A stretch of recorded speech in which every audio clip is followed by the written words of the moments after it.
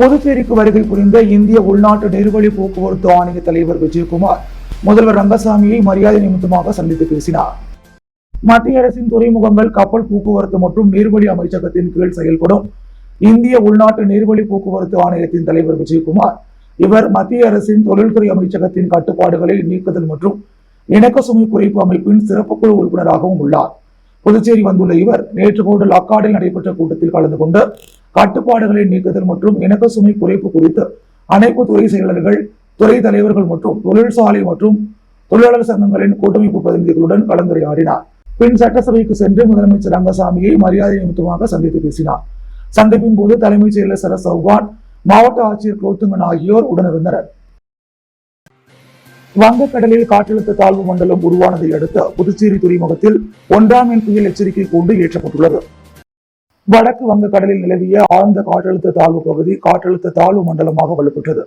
இந்த காற்றழுத்த தாழ்வு மண்டலம் வடமேற்கு வங்கக்கடலில் மேற்கு வங்கதேச கடற்கரை பகுதியில் மையம் கொண்டுள்ளது. அதன்படி மேகாலயாவிற்கு தெற்கில் 130 கிலோமீட்டர், சாகர் தீவுக்கு 150 கிலோமீட்டர், கொல்கத்தாவிற்கு 170 கிலோமீட்டர் தூரத்தில் மையம் கொண்டிருக்கிறது. இது மெதுவாக மேற்கு வடமேற்கு திசையில் நகர்ந்த முற்பகல் வாக்கில் மேற்கு வங்க வங்கதேச கடல் பகுதியில் கரையை கடக்கும் என்று இந்திய வானிலை ஆய்வு மையம் தெரிவித்துள்ளது. மேலும் இது அடுத்த 24 மணி நேரத்திற்கு மேற்கு வங்கம், அதனை ஒட்டிய வடக்கு ஒடிசா, ஜார்க்கண்ட் வழியே நகரக்கூடும் என கூறப்படுகிறது. இதன் காரணமாக புதுச்சேரி மற்றும் தமிழ்நாட்டில் நாளை ஓரிரு இடங்களில் மிக கனமழைக்கு வாய்ப்பு என்பதால் ஆரஞ்சு எச்சரிக்கை விடப்பட்டுள்ளது. மேலும் இன்று முதல் 3 நாட்களுக்கு தமிழகத்தில் ஓரிரு இடங்களில் கனமழை பெய்யக்கூடும் என்றும் தெரிவிக்கப்பட்டுள்ளது. மேலும் வங்கக்கடலில் காற்றழுத்த தாழ்வு மண்டலம் உருவானதை அடுத்து புதுச்சேரி துறைமுகத்தில் 1ஆம் எண் புயல் எச்சரிக்கை கூண்டு ஏற்றப்பட்டுள்ளது. வில்லியனூர் பகுதியைச் சேர்ந்த சிறுமி கடத்தப்பட்ட வழக்கில் சிறுமியை மீட்க ரூபாய் 5000 லஞ்சம் வாங்கியதாக Villianur police sub inspector Saranya suspend செய்யப்பட்டுள்ளார். புதுவை வில்லியனூர் பகுதியைச் சேர்ந்த சிறுமி கடத்தப்பட்ட வழக்கில் சிறுமியை மீட்க ரூபாய் 5000 லஞ்சம் வாங்கியதாக Villianur police sub inspector Saranya suspend செய்யப்பட்டார். இது புகாரானதை தொடர்ந்து சரண்யாவின் கணவரான Bahour police sub inspector Prabhu மனைவி லஞ்சமாக பெற்ற ரூபாய் 5000 திருப்பி அனுப்பினார். இது குறித்து சப் இன்ஸ்பெக்டர்கள் சரண்யா, பிரபு ஆகியோர் மீது நடவடிக்கை எடுக்க கோரி அளித்த புகாரின் பேரில் புதுவை லஞ்ச ஒழிப்பு போலீசார் வழக்கு பதிவு செய்து விசாரணை நடத்தி வருகின்றனர். அதுபோல் காரைக்கால் மாவட்டம் திருநள்ளாறு பகுதியில் குட்கா விற்பனை செய்தவரின் பொருட்களை திருப்பி ஒப்படைக்க லஞ்சம் வாங்கிய உதவி ஆய்வாளர் பக்ரிசாமியை சிபிஐ கைது செய்து விசாரணை மேற்கொண்டு வருகின்றனர். இதன் காரணமாக police sub inspector Saranya, Pakrisamy ஆகியோரை சஸ்பெண்ட் செய்தும் சரண்யாவின் கணவரான பாகூர் போலீஸ் சப் இன்ஸ்பெக்டர் பிரபுவை ஆயுதப்படைக்கு இடமாற்றம் செய்தும் போலீஸ் டிஜிபி ஷாலினி சிங் உத்தரவிட்டுள்ளார். மீனவர்களின் பொது சொத்துக்களை தாரை வார்க்க திட்டமிடும் புதுச்சேரி அரசை கண்டித்து அடுத்த கட்டமாக சட்டம் ஒழுங்கு சீர்கேடு வகையில் புதுச்சேரியில் போராட்டம் நடத்தப்படும் என்று மீனவர் விடுதலை வேங்கைகள் அமைப்பாளர் மங்கையர் செல்வம் தெரிவித்துள்ளார். தமிழ் மீனவர் விடுதலை வேங்கைகள் மார்க்சிஸ்ட் கம்யூனிஸ்ட் கட்சி சார்பில் சுதேசமில் அறிக்கை இன்று கண்டன ஆர்ப்பாட்டம் நடைபெற்றது. தமிழ் மீனவர் விடுதலை வேங்கைகள் அமைப்பாளர் மங்கையர் செல்வம், மார்க்சிஸ்ட் கம்யூனிஸ்ட் கட்சி செயலாளர் ராமச்சந்திரன் மற்றும் மீனவ பஞ்சாயத்தை சேர்ந்தவர்கள் பங்கேற்றனர். புதுச்சேரி அரசு கடற்கரை வரைவு மேலாண்மை திட்டங்களை வெளியிட்டு திரும்ப பெறப்பட்டுள்ளது. இதற்கு காரணம் புதுச்சேரியில் கடற்கரை பொது சொத்துக்கள் 612 ஏக்கர் பதியப்பட்டுள்ளன. ஆனால் 551 ஏக்கர் பொது சொத்துக்கள் இன்னும் பதியப்படவில்லை. இதேபோல் காரைக்கால் மாவட்டத்தில் 575 ஏக்கர் பதியப்படாமல் உள்ளது. மீனவர்கள் உரிமைகளுக்கு எதிராகவும் பெருமுதலாளிக்கு ஆதரவாகவும் மீனவர்களின் பொது சொத்துக்களை தாரை வார்க்க திட்டமிடும் புதுச்சேரி அரசை கண்டித்தும் கண்டன ஆர்ப்பாட்டம் நடைபெற்றது. இதனைத் தொடர்ந்து அடுத்த கட்டமாக சட்டம் ஒழுங்கு சீர்கேடு வகையில் புதுச்சேரியில் போராட்டம் நடத்தப்படும் என்று மங்கையர் செல்வம் தெரிவித்துள்ளார். ஆர்ப்பாட்டத்தில் எதிர்க்கட்சித் தலைவர் சிவா உள்ளிட்ட சட்டமன்ற உறுப்பினர்கள் பலர் கலந்து கொண்டனர். புதுச்சேரி ராஜ்பவன் தொகுதிக்குட்பட்ட குமரகுருபள்ளம் பகுதியைச் சேர்ந்த பயனாளிகளுக்கு பாஜக தலைவர் வி.பி. ராமலிங்கம் நலத்திட்ட உதவிகள் வழங்கினார். புதுச்சேரி ராஜ்பவன் தொகுதி முழுவதும் பாஜக தலைவர் வி.பி. ராமலிங்கம் தனது சொந்த செலவில் பல்வேறு நலத்திட்ட உதவிகளை வழங்கி வருகிறார். இந்த நிலையில் குமரகுருபள்ளம் பகுதியைச் சேர்ந்த பயனாளிகளுக்கு நலத்திட்ட உதவிகள் வழங்கும் விழா காமாட்சியம்மன் கோவில் வீதியில் உள்ள ராஜ்பவன் தொகுதி பாஜக அலுவலகத்தில் நடைபெற்றது. விழாவில் பாஜக தலைவர் வி.பி. ராமலிங்கம் கலந்து கொண்டு பயனாளிகளுக்கு அரிசி, மளிகை பொருட்கள் உள்ளிட்ட நலத்திட்ட உதவிகளை வழங்கினார். இந்நிகழ்ச்சிக்கு ராஜ்பவன் தொகுதியின் பாஜக ஒருங்கிணைப்பாளர் நாகராஜன் முன்னிலை வகிக்க முன்னாள் பாஜக மாநில நிர்வாகிகள் ஆனந்த கண்ணன், சாய் சுதாகர், ராயர், சீனிவாச பெருமாள் உள்ளிட்ட நிர்வாகிகள் மற்றும் ராஜ்பவன் தொகுதியைச் சேர்ந்த பாஜக நிர்வாகிகள் பலர் கலந்து கொண்டனர். புதுச்சேரி குருசுக்குப்பம் தில்லை நாடார் வீதியில் பல ஆண்டுகளாக மின் இணைப்பு இல்லாமல் அவதிப்பட்டு வந்த 15க்கும் மேற்பட்ட குடும்பங்களுக்கு பாஜக தலைவர் வி பி ராமலிங்கம் ஏற்பாட்டின் பேரில் கேபிள்கள் மூலம் மின் இணைப்பு கொடுக்கும் வசதி துரிதமாக நடைபெற்று வருகிறது. புதுச்சேரி ராஜ்பவன் தொகுதிக்கு உட்பட்ட கொருசுக்குப்பம் தில்லை நாடார் வீதியில் சுமார் 15க்கும் மேற்பட்ட குடும்பங்கள் மின் இணைப்பு இல்லாமல் கடுமையான இன்னலுக்கு ஆளாகி வந்தனர். மேலும் மழை மற்றும் வெயில் காலங்களில் மின் இணைப்பு இல்லாமல் அவதிப்பட்டு வந்த இப்பகுதி மக்கள் மின் இணைப்பு பெற்றுத்தர வேண்டும் என்று முன்னாள் சட்டமன்ற உறுப்பினரும் பாஜக தலைவருமான வி பி ராமலிங்கத்திடம் கோரிக்கை வைத்தனர். பொதுமக்களின் கோரிக்கைகளை ஏற்ற வி பி ராமலிங்கம் மின்துறை அதிகாரிகளிடம் பேசி தனது சொந்த செலவில் குருசுக்குப்பம் தில்லை நாடார் வீதியில் உள்ள 15க்கும் மேற்பட்ட குடும்பங்களுக்கு கம்பங்கள் நடப்பட்டு கேபிள்கள் மூலம் மின் இணைப்பு வசதிகளை ஏற்படுத்தி கொடுக்கும் பணிகள் துரிதமாக நடைபெற்று வருகிறது. இது அந்த பகுதி மக்களிடையே பெரும் வரவேற்பையும் பாராட்டுகளையும் பெற்றுள்ளது. பல ஆண்டு காலம் மின் இணைப்பு இல்லாமல் தவித்து வந்த தில்லை நாடார் பகுதி மக்கள் பாஜக தலைவர் ராமலிங்கத்தை வெகுவாக பாராட்டி வருகின்றனர். சுயமரியாதை சுடர் எம்.ஏ. சண்முகம் பிறந்த நாள் விழா புதுச்சேரி அரசு சார்பில் கொண்டாடப்பட்டது. அவரது சிலைக்கு சபாநாயகர் அமைச்சர் மரியாதை செலுத்தினார். சுயமரியாதை சுடர் எம்.ஏ. சண்முகம் பிறந்த நாள் விழா புதுச்சேரி அரசில் செய்தி மற்றும் விளம்பரத்துறை சார்பில் இன்று கொண்டாடப்பட்டது. முதலியார்பேட்டை மரப்பாலத்தில் உள்ள அவரது சிலைக்கு சபாநாயகர் செல்வம், பொதுப்பணித்துறை அமைச்சர் லட்சுமி நாராயணன், துணை சபாநாயகர் ராஜவேலு ஆகியோர் மாலை அணிவித்து மரியாதை செலுத்தினர். விழாவில் எம்.ஏ. சண்முகத்தின் குடும்பத்தினர் பலர் கலந்து கொண்டனர். அதனைத் தொடர்ந்து சான்றோர் குல சரும வரிவாளன கிராமணியார் பேரவைத் தலைவர் புரந்தரதாசன் தலைமையில் நிர்வாகிகள் எம்.ஏ. சண்முகம் சிலைக்கு மாலை அணிவித்து மரியாதை செலுத்தினர். புதுநகர் ஸ்ரீ ஜெயகொண்ட மாரியம்மன் ஆலயத்தின் ஆடி திருவிழாவை முன்னிட்டு நடைபெற்ற ஊஞ்சல் உற்சவ விழாவில் சட்டமன்ற உறுப்பினர் நேரு கலந்து கொண்டு சுவாமியை வழிபட்டார். புதுச்சேரி உருளையன்பட்டி தொகுதிக்குட்பட்ட கோவிந்த சாலை புதுநகரில் அமைந்துள்ள அருள்மிகு ஸ்ரீ ஜெயகொண்ட மாரியம்மன் ஆலய ஆடி திருவிழா நடைபெற்று வருகிறது. தொடர்ந்து அம்மனுக்கு சிறப்பு அபிஷேகம் செய்யப்பட்டு திருத்தேர் ஊர்வலம் வந்து நேற்றிரவு ஊஞ்சல் உற்சவ விழா நடைபெற்றது. விழாவில் உருளையன்பட்டி தொகுதி சட்டமன்ற உறுப்பினர் நேரு கலந்து கொண்டு சுவாமியை வழிபட்டார். இதில் பக்தர்கள் பலர் கலந்து கொண்டு சுவாமியை வழிபட்டனர். இதற்கான ஏற்பாடுகளை ஆலய நிர்வாகிகள் விழா குழுவினர் செய்திருந்தனர். பாட்டாளி மக்கள் கட்சியின் நிறுவனர் மருத்துவர் ராமதாஸின் பிறந்தநாள் விழா புதுச்சேரி முருங்கம்பாக்கத்தில் பாட்டாளி மக்கள் கட்சியின் நகர தலைவர் தமிழ்ச்செல்வன் ஏற்பாட்டில் இனிப்பு மற்றும் அன்னதானம் வழங்கி கொண்டாடப்பட்டது. பாட்டாளி மக்கள் கட்சியின் நிறுவனர் மருத்துவர் ராமதாஸின் பிறந்தநாள் விழா புதுச்சேரியில் பாட்டாளி மக்கள் கட்சி சார்பில் பல்வேறு இடங்களில் நலத்திட்ட உதவிகள் வழங்கி கொண்டாடப்பட்டது. இந்த நிலையில் முருங்கம்பாக்கத்தில் பாட்டாளி மக்கள் கட்சி சார்பில் நகர தலைவர் தமிழ்ச்செல்வன் ஏற்பாட்டில் பொதுமக்களுக்கு இனிப்புகள் வழங்கி அன்னதானம் வழங்கி கொண்டாடப்பட்டது. இந்த விழாவில் சிறப்பு விருந்தினராக மாநில அமைப்பாளர் கணபதி கலந்து கொண்டு அன்னதானம் மற்றும் இனிப்புகளை வழங்கினார். விழாவில் மாநில ஆலோசகர் லட்சுமணன், நகர செயலாளர் கவுடர் சொந்தல், மாநில இளைஞரணி செயலாளர் பிரதீப் சேதுபதி, மாநில துணை அமைப்பாளர் ஜே.பி. சிவராமன் மற்றும் நிர்வாகிகள் பலர் கலந்து கொண்டனர். பொருளாதாரத்தில் பின்தங்கிய உயர் வகுப்பினர் இடஒதுக்கீட்டிற்கு எதிர்ப்பு தெரிவித்து திராவிடர் விடுதலை கழகத்தினர் பரப்புரை பயணம் மேற்கொண்டனர். திராவிடர் விடுதலை கழகம் சார்பில் புதுவையில் இடபிள்யூஎஸ் எனப்படும் பொருளாதாரத்தில் பின்தங்கிய உயர் வகுப்பினருக்கான இடஒதுக்கீடு அமல்படுத்தக்கூடாது என வலியுறுத்தி பரப்புரை பயணம் நேற்று தொடங்கியது. அண்ணா சிலை அருகிலிருந்து தொடங்கிய இந்த பயணத்தை திராவிடர் விடுதலை கழக தலைவர் லோகோ ஐயப்பன் தொடங்கி வைத்தார். இதில் தமிழ் மீனவர் விடுதலை இளைஞர்கள் நிறுவன தலைவர் மங்கையர் செல்வம், தலித் மக்கள் பாதுகாப்பு இயக்க தலைவர் பிரகாஷ் உட்பட பல்வேறு சமூக அமைப்புகளைச் சேர்ந்தவர்கள் கலந்து கொண்டனர். இந்த பரப்புரை பயணம் முக்கிய வீதிகள் வழியாக சென்று காமராஜர் சாலையில் உள்ள பெரியார் சிலை முன்பு முடிவு பெற்றது.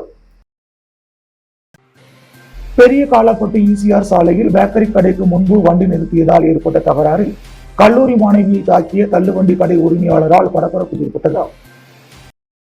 புதுச்சேரி பெரிய காலாப்பட்டு ஈசிஆர் சாலை முருகன் கோவில் சாலை சந்திப்பில் உள்ள பேக்கரி கடையில் நேற்று முன்தினம் பெரிய காலாப்பட்டு மீனவர் பகுதியைச் சேர்ந்த திருசெல்வம் மகள் கல்லூரி மாணவி பொருட்கள் வாங்க கடை முன்பு வண்டியை நிறுத்தி சென்றார். அப்போது பேக்கரி கடை அருகில் தள்ளுவண்டி கடை வைத்துள்ள சுமதி கடை அருகே வண்டியை நிறுத்தக்கூடாது என்று திட்டியுள்ளார். இதனால் வாக்குவாதம் முற்றி மாணவியை சுமதி தள்ளிவிட்டு கைகளால் அடித்து பற்களால் கடிக்கவும் செய்துள்ளார். இதனால் மயங்கி விழுந்த மாணவியை அருகில் இருந்தவர்கள் மருத்துவமனைக்கு அழைத்து சென்றுள்ளனர். தகவல் அறிந்த மாணவியின் பெற்றோர் வந்து பார்த்த பொழுது சுமதி கடையை மூடி தலைமறைவாக சென்று விட்டார். இந்நிலையில் நேற்று காலை மீண்டும் மாணவியின் பெற்றோர், உறவினர்கள், பொதுமக்கள் திரண்டு கடையை முற்றுகையிட்டனர். தகவல் அறிந்து வந்த காலாப்பட்டு போலீசார் பேச்சுவார்த்தை நடத்தி ஈசிஆர் சாலைக்கு இடையூறாக இருந்த தள்ளுவண்டி கடையை அப்புறப்படுத்தினர். இதனையடுத்து பொதுமக்கள் கலைந்து சென்றனர். புதுநகர் ஸ்ரீ ஜெயகொண்ட மாரியம்மன் கோவில் தேர் வீதி விழாவில் எதிர்க்கட்சித் தலைவர் சிவா மற்றும் பொதுக்குழு உறுப்பினர் கோபால் ஆகியோர் பங்கேற்று நிகழ்வுகளை துவக்கி வைத்தனர். உருளையன்பட்டி தொகுதிக்குட்பட்ட கோவிந்த சாலை புதுநகரில் அமைந்துள்ள அருள்மிகு ஸ்ரீ ஜெயகொண்ட மாரியம்மன் ஆலய ஆடி திருவிழா நடைபெற்று வருகிறது. அதில் திருத்தேர் புறப்பாடு நடைபெற்றது. தேர் உபயதாரர்கள் மாநில கழக அமைப்பாளரும் சட்டமன்ற எதிர்க்கட்சி தலைவருமான சிவா, திமுக பொதுக்குழு உறுப்பினரும் உருளையன்பட்டி தொகுதி பொறுப்பாளருமான கோபால் ஆகியோர் கலந்து கொண்டு சுவாமி தரிசனம் செய்து தேர் புறப்படுதலை துவக்கி வைத்தனர். பின்னர் பக்தர்கள் மற்றும் பொதுமக்களுக்கு அன்னதானம் வழங்கினர். இந்நிகழ்ச்சியில் தொகுதி செயலாளர் சக்திவேல், துணை செயலாளர் முருகன், பொருளாளர் சசிகுமார், இளைஞரணி துணை அமைப்பாளர் தாமரை மற்றும் ஊர் பொதுமக்கள் உள்ளிட்டோர் கலந்து கொண்டு சுவாமி தரிசனம் செய்தனர். கட்சியை பதிவு செய்யாமல், கட்சிக்கு அடித்தளமே இல்லாமல் பொதுக்கூட்டம், மாநாடு, மூன்றாவது அணி அமைக்க முடிவெடுப்பது என்பது மக்களை ஏமாற்றும் செயல் இல்லையா என்று மக்கள் முன்னேற்ற கழக தலைவர் ராமதாசுக்கு சேர்மன் RL வெங்கட்ராமன் கேள்வி எழுப்பியுள்ளார். புதுச்சேரி மாநில மக்கள் முன்னேற்ற கழக தலைவர் RL வெங்கட்ராமன் தலைவர் ராமதாசிற்கு அனுப்பிய கடிதத்தில், புதுச்சேரி மாநில மக்கள் முன்னேற்ற கழகத்தின் சார்பாக கடந்த ஏப்ரல் மாதம் 6ஆம் தேதி நடைபெற்ற செயற்கூட்டத்தில் மக்கள் முன்னேற்ற கழகம் தலைமையில் மூன்றாவது அணி அமைத்து 2026 சட்டமன்ற தேர்தலை சந்திப்பது என்றும், அதற்குள் கட்சி பதியவும், கட்சியின் அடித்தளத்தை பலப்படுத்த நிர்வாகிகள் மற்றும் பொறுப்பாளர்களை நியமிப்பது என்று முடிவெடுக்கப்பட்டது. இந்த செய்தி ஏப்ரல் 7ஆம் தேதி அனைத்து செய்தித்தாள்களில் மக்கள் முன்னேற்ற கழகத்தின் தலைமையில் மூன்றாவது அணி அமைக்க முடிவு என்று தலைப்பிட்டு செய்திகள் வந்ததை நினைவுபடுத்துகின்றேன். அதிலிருந்து கட்சியின் அடித்தளத்தை பலப்படுத்தும் வேலைகளை 3.5 மாத காலமாக விட்டுவிட்டு மீண்டும் மூன்றாவது அணி என்று அதே தீர்மானத்தை நிறைவேற்றுவது மக்களை ஏமாற்றும் செயல் இல்லையா? இது எந்த விதத்தில் நியாயம்? 60 பேரில் 15 பேர் மட்டுமே 2ற்கு 3 மடங்கு இல்லாதது கலந்து கொண்ட மெஜாரிட்டி இல்லாத செயற்குழு கூட்டம், நிர்வாகிகள் மற்றும் செயற்குழு அணித்தலைவர்கள் கூட்டம் தங்கள் இல்லத்தில் 10 நாட்களுக்கு முன்பு கூட்டப்பட்டது. அதில் வெறும் 8 பேர் கலந்து கொண்ட நிலையில் கூட்டத்தை காண்பிக்க வேண்டும் என்று மீண்டும் 20/7/2025 அன்று கூட்டப்பட்டது. அதில் மக்கள் முன்னேற்ற கழகத்தின் சார்பில் பொதுக்கூட்டம், மாநாடு, மூன்றாவது அணி அமைக்க வேண்டும் என்று தீர்மானமாக நிறைவேற்றப்பட்டது. பத்திரிகை செய்தியும் வந்துள்ளது. இது ஏற்கனவே ஏப்ரல் மாதம் முதல் வாரத்தில் நடைபெற்ற செயற்குழு கூட்டத்தில் எடுக்கப்பட்ட முடிவு. அதே முடிவை மீண்டும் எடுப்பது தவறு இல்லையா? இது தங்களின் சுயநல போக்கை காண்பிக்கின்றது. இந்த கூட்டத்தில் மொத்தம் கலந்து கொண்டதே 25 பேர் தான். அதில் மாநில நிர்வாகிகள், தொகுதி பொறுப்பாளர்கள் என மொத்தம் 60 பேர் உள்ள நிலையில் 15 பேர் மட்டுமே இருந்தனர். மீதி 10 பேர் எந்த பதவியிலும் இல்லாதவர்கள். மாநில நிர்வாகிகள் அதிகபட்சம் பேர் கூட்டத்திற்கு வரவில்லை. மேலும் மகளிர் அணி, இளைஞர் அணி தலைவர்கள், SC/ST பிரிவு அணி என்று யாரும் கலந்து கொள்ளவில்லை. செயற்குழுவில் தீர்மானங்களை நிறைவேற்ற வேண்டும் என்றால் 3/2 பங்கு மெஜாரிட்டி இருக்க வேண்டும். பொறுப்பில் இருப்பவர்கள் 60 பேரில் 40 பேர் இருக்க வேண்டும். 15 பேர் மட்டுமே கலந்து கொண்ட நிலையில் கட்சிக்கு அடித்தளமே இல்லாமல் கட்சி ஆரம்பித்து 2 வருடம் நெருங்கும் நிலையில் கூட கட்சியை பதிவு செய்ய முடியாமல் இருக்கின்ற இந்த நிலையில் கூட்டத்திற்கு வராத மற்ற மாநில நிர்வாகிகளை கலந்து பேசாமல் பொதுக்கூட்டம், மாநாடு நடத்த வேண்டும் என்றும், 2026 தேர்தலுக்காக மக்கள் முன்னேற்ற கழகத்தின் தலைமையில் மற்ற கட்சிகளுடன் இணைந்து மூன்றாவது அணி அமைத்து தேர்தலில் போட்டியிட வேண்டும் என்று எந்த அடிப்படையில் தீர்மானம் நிறைவேற்றினீர்கள்? இது மக்களை ஏமாற்றும் செயல் இல்லையா? சேர்மன் ஆகிய என்னை கலந்து ஆலோசிக்காமல் கூட்ட தேதியை அறிவிப்பதா? மேலும் சேர்மன் என்ற பதவியில் நான் இருக்கும்போது என்னிடம் கலந்து பேசாமல் நான் ஊரில் இல்லாத நேரத்தில் எப்படி கூட்டம் நடத்தினீர்கள்? இதிலிருந்து செயற்குழு கூட்டத்திற்கு முன்பாகவே தாங்கள் தன்னிச்சையாக முடிவெடுத்து திணித்து விட்டீர்கள் என்றே கூற வேண்டும். இது ஜனநாயகத்திற்கு விரோதமான செயல் இல்லையா? நமது கட்சி இருக்கும் இந்த நிலையில் எந்த கட்சி மக்கள் முன்னேற்ற கழகத்தின் தலைமையில் கூட்டணி வைக்கும்? நான் ஏப்ரல் மாதத்தில் நடைபெற்ற செயற்குழு கூட்டத்தில் பேசும்போது கூட கட்சியை முதலில் பதிவு செய்ய வேண்டும் என்றும், கட்சி அலுவலகம் திறக்க வேண்டும், கட்சியை நன்கு வலுப்படுத்த வேண்டும் என்றும் அறிவிக்க வேண்டிய நிர்வாகிகள், பொறுப்பாளர்கள் அனைவரையும் அறிவித்துவிட்டு கட்சிக்கு அடித்தளத்தை ஏற்படுத்தி அதன் பிறகு பொதுக்கூட்டம், மாநாடு போன்றவற்றை நடத்த வேண்டும் என்றும், மூன்றாவது அணி அமைக்க முயற்சிக்க வேண்டும் என்றும் தெரிவித்தேன். ஆனால் என்னுடைய கருத்தை தாங்கள் பொருட்டாகவே எடுத்துக்கொள்ளவில்லை என்று நினைக்கின்றேன். இப்போது திடீரென்று கட்சியின் பொதுக்கூட்டம் ஆகஸ்ட் மாதம் 9ஆம் தேதி என்று முடிவெடுப்பது, திணிப்பது தவறு இல்லையா? மக்கள் முன்னேற்ற கழகம் மக்களுக்கான கட்சி என்று தாங்கள் கூறியது உண்மை என்றால், கட்சி வளர்ச்சி அடைய, சுதந்திரமாக செயல்பட மாநில அளவில் சர்வாதிகாரம் இல்லாமல் 10 பேர் கொண்ட உயர்நிலை கமிட்டி அமைக்க வேண்டும். அந்த கமிட்டியில் நியமிக்கப்படுபவர்கள் சுயநலம் இல்லாமல், பாகுபாடு பார்க்காமல் சுதந்திரமாக கட்சி வளர்ச்சிக்காக செயல்பட அனுமதிக்க வேண்டும். அப்போதுதான் கட்சி வளர்ச்சி அடையும். அதே போல் கட்சி தலைமை அலுவலகம் தங்கள் வீட்டில் இருந்து மாற்றப்பட வேண்டும். பிறகு பொதுக்கூட்டம், மாநாடு நமது கட்சி தலைமையில் மூன்றாவது அணி அமைக்க முயற்சி செய்யலாம். 2026 சட்டமன்ற தேர்தலை எதிர்கொள்ளலாம். ஆகவே பொதுக்கூட்டம், மாநாடு, மூன்றாவது அணி அமைப்பது சம்பந்தமாக முதலில் கட்சி பதிவை பெற்று கட்சிக்கு சரியான அடித்தளம் அமைத்து கட்சி வளர்ச்சிக்கு உண்டான வேலை செய்ய வழிவகுக்க வேண்டும் என்றார்.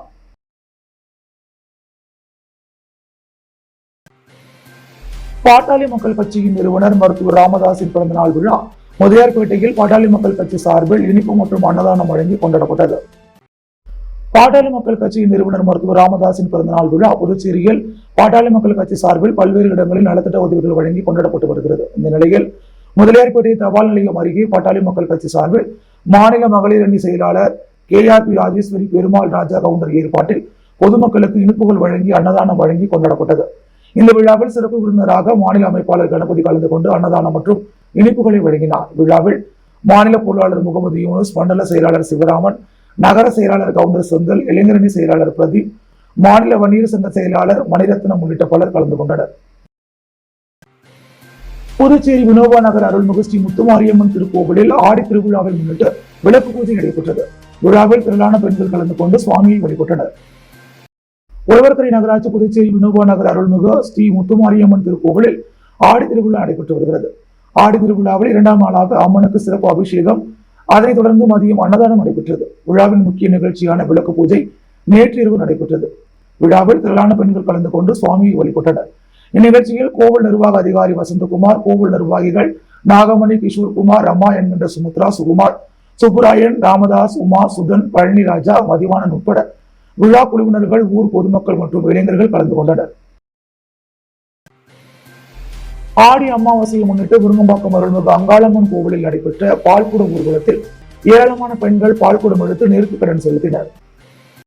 புதுச்சேரி விருங்கம்பாக்கம் அருள்மிகு அங்காளம்மன் ஆலயத்தில் ஆண்டுதோறும் ஆடி அமாவாசை அன்று பால்குட ஊர்வலம் நடைபெறுவது வழக்கம். அதன்படி நேற்று அங்காளம்மன் கோவில் பால்குட ஊர்வலம் நடைபெற்றது. இதற்காக புதுச்சேரி முருங்கம்பாக்கம் திரௌபதி அம்மன் கோவில் வளாகத்தில் இருந்து புறப்பட்ட பால்குட ஊர்வலம் கொம்பாக்கம் சாலை வழியாக அங்காளம்மன் கோவிலை அடைந்தது. ஊர்வலத்தில் எடுத்து வரப்பட்ட பால் குடங்களை வைத்து அம்மனுக்கு சிறப்பு அபிஷேக ஆராதனைகள் செய்யப்பட்டது. இதில் 100க்கும் மேற்பட்ட பெண்கள் கலந்து கொண்டு அம்மனை வழிபட்டு சென்றனர். நிகழ்ச்சிக்கான ஏற்பாடுகளை ஆலய நிர்வாகிகள், ஊர் பொதுமக்கள், இளைஞர்கள் செய்திருந்தனர். புதுச்சேரி வாழைக்குளம் செங்கலநீர் அம்மன் கோவிலில் 97ஆம் ஆண்டு சடல் மகோற்சவ விழா நடைபெற்றது. புதுச்சேரி வாழைக்குளம் அப்பாவு நகரில் உள்ள அருள்மிகு ஸ்ரீ செங்கலநீர் அம்மன் ஆலயத்தில் 97வது ஆண்டு சடல் மகோற்சவ விழா கடந்த 21ஆம் தேதி கொடியேற்றத்துடன் தொடங்கியது. இதனைத் தொடர்ந்து இன்று அம்மனுக்கு பால்சாகை பார்த்து சடல் வைபவம் நடைபெற்றது. இதில் விரதம் இருந்த பக்தர்கள் சடல் அணிந்து தங்களது நேர்த்தி கடனை செலுத்தினர். மேலும் விழாவில் திரளான பக்தர்கள் கலந்து கொண்டு சுவாமியை வழிபட்டனர். இதற்கான ஏற்பாடுகளை செங்கலநீர் அம்மன் ஆலய உரிமையாளர், முன்னாள் சபாநாயகர் பழனிராஜா மற்றும் விழா குழுவினர் தண்டாயுதபாணி, மனோகரன், ரவி, சௌரிராஜன் உள்ளிட்டோர் சிறப்பாக செய்திருந்தனர். புதுவையின் அன்றாட நிகழ்வுகளை காண பாண்டி ஹெட்லைன்ஸ் யூடியூப் சேனலை சப்ஸ்கிரைப் பண்ணுங்க. தொடர்ந்து எங்களுடன் இணைந்திருக்க பக்கத்தில் உள்ள பெல் பட்டனை பிரஸ் பண்ணுங்க, லைக் பண்ணுங்க, ஷேர் பண்ணுங்க. என்றும் உங்களுடன் பாண்டி ஹெட்லைன்ஸ்.